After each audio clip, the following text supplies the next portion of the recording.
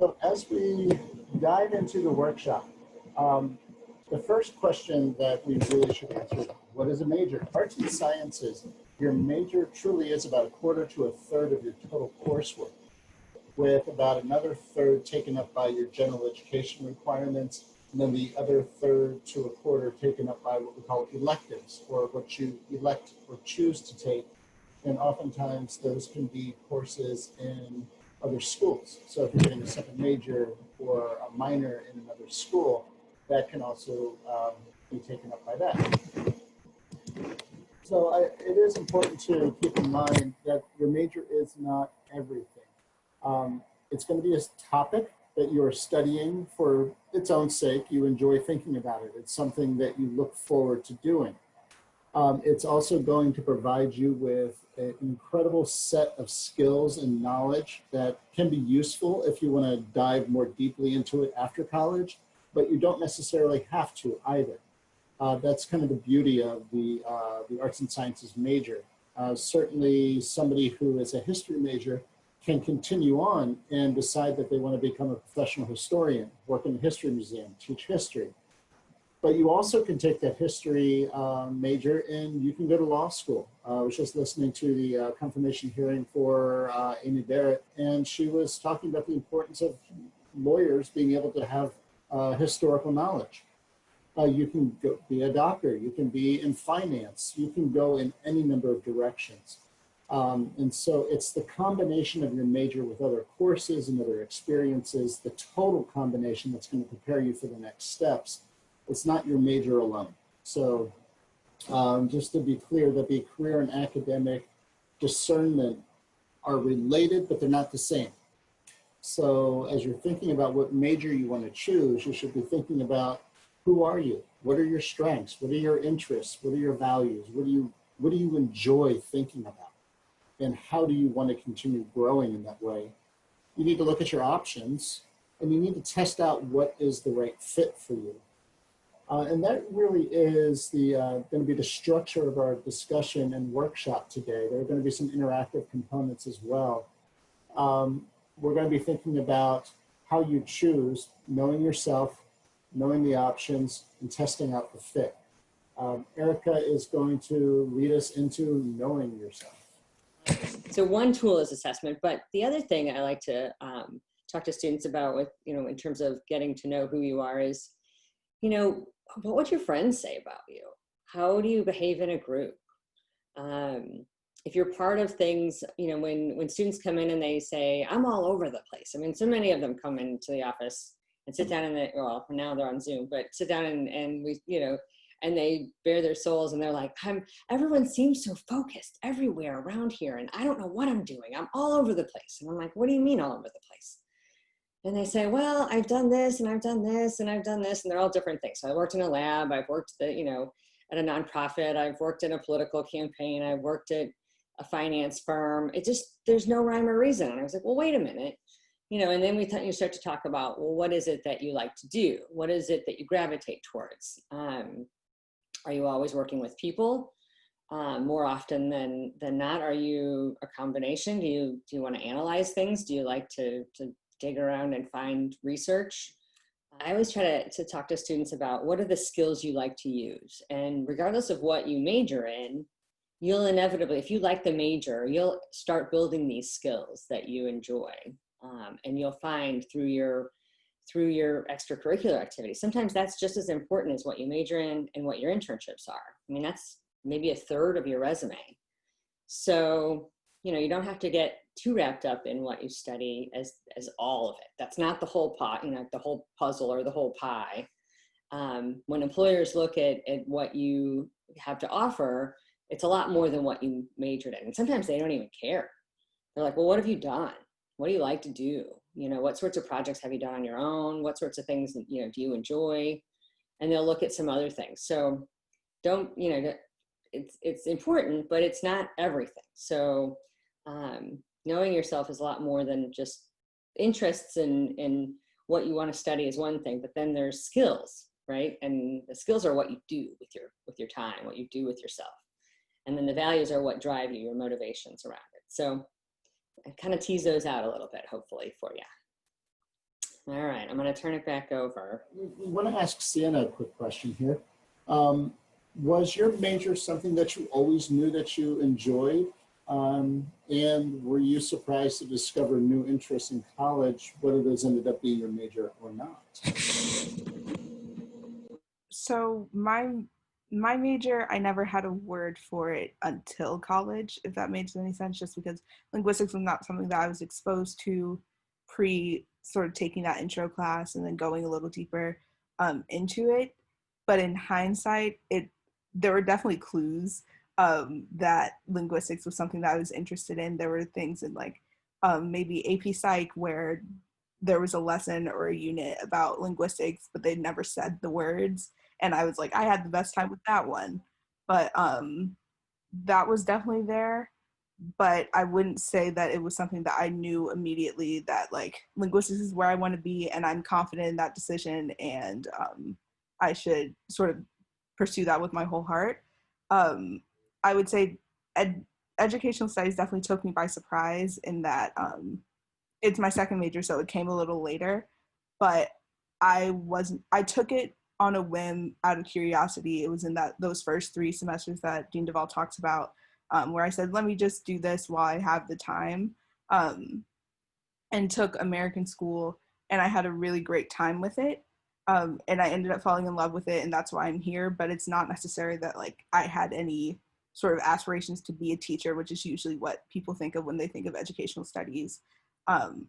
So it wasn't like I had those specific interests in mind as I was taking classes, but it definitely shocked me as I sort of matured throughout my coursework. And then I would say any new interests, major or not, I think my love for museums and cultural institutions came later. That was just something that I felt like that within my coursework, I still missed and I was still wanting to get involved in. Um, and so trying to find those spaces where trying to sort of look at my skills, look at what I have sort of under my belt and get involved in different places. I'm also involved with a publication in community service work that don't, maybe the community service work, but all of my other extracurriculars don't sort of tie directly into linguistics or educational studies the way that like one might expect of like a linguistics major or something like that. So we're going to switch gears here a little bit, and we talked about knowing yourself, your strengths, your interests, and your values. What we're going to talk about now are how do you find out what the options are. There are also online resources. I want to point you to a couple of them here. So if you go to artside.wusel.edu, explore academics. And as I'm saying this, Erica and Sienna, if you're not seeing what I'm referring to, just let me know. You will see the option of clicking on Majors and Minor tab, and you will see quick snapshots of all the different majors and minors. Click on it, and it will tell you the description of the major, what subject matter it explores, but also, just as important, what methods it uses to examine questions, some sample courses, some things students have gone on to do, and then finally launches off to the website itself, where you get really the flavor of the department, the people, the events, the opportunities. So it really is a wonderful resource to use. I would spend some time in there. As you are looking at all this, whether you go to Major Minor Fair, if you go to the Explore Outside website, there are some things that you should be looking for. What are the course requirements? Make sure you know what's actually required.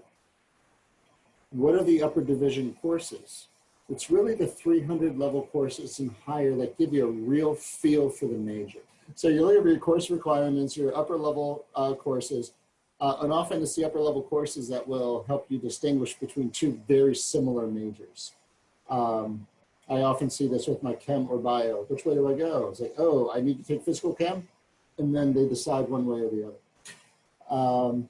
Opportunities for research, internships, service learning.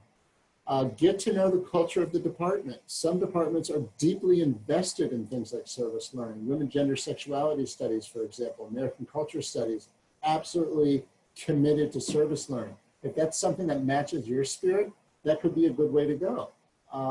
So Cian, I'm going to ask you one last question here. Was there ever a time when you, and the answer can be no, was there ever a time when you felt like, yeah, this is right?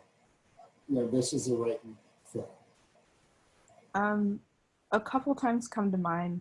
So one, my roommates who were also close friends at the time, knew that I was a linguistics major before I did. And they were like, you have too much fun doing this right now for you to not pursue that as a major. And they were like with me when I was like stressing out about what I was going to declare. So they were like, why are you sort of playing coy about it? Just commit. So that was one where I said, in hindsight, yes, you were correct. 2 years later, you got me. But I would also say when I'm doing homework and slash or doing my research for my thesis, I feel like it's one thing. Of course, it's like homework, like it's work, so it's not going to be like the best. Like, of course, we'd rather be watching Netflix, but it's like if I feel better when I do my linguistics work rather than like when I do work outside of my major. Like I have more fun when I'm like problem solving or looking at a data set for linguistics or reading something for ed studies than I do when I try to take like the classes that, yes, I was interested in, but maybe are not in my field of study. So I would say check sort of how you're feeling as you're doing the things that are hard, because you're not gonna, Right on, yes. yeah, but you're not gonna like sort of, it's not gonna be like sunshines and rainbows all the time. Like, yes, you're gonna be stressed, but take that in comparison to sort of how you're feeling when you're not doing that work, I'd say. Would you say it was more like worthwhile? Absolutely. Like, it's all challenging, but this is worth it. Like I get really excited when I like finish the problem. That reminds me of the definition that I heard once of what a strength is. A strength is not just something that you're good at, it's something that leaves you feeling strong.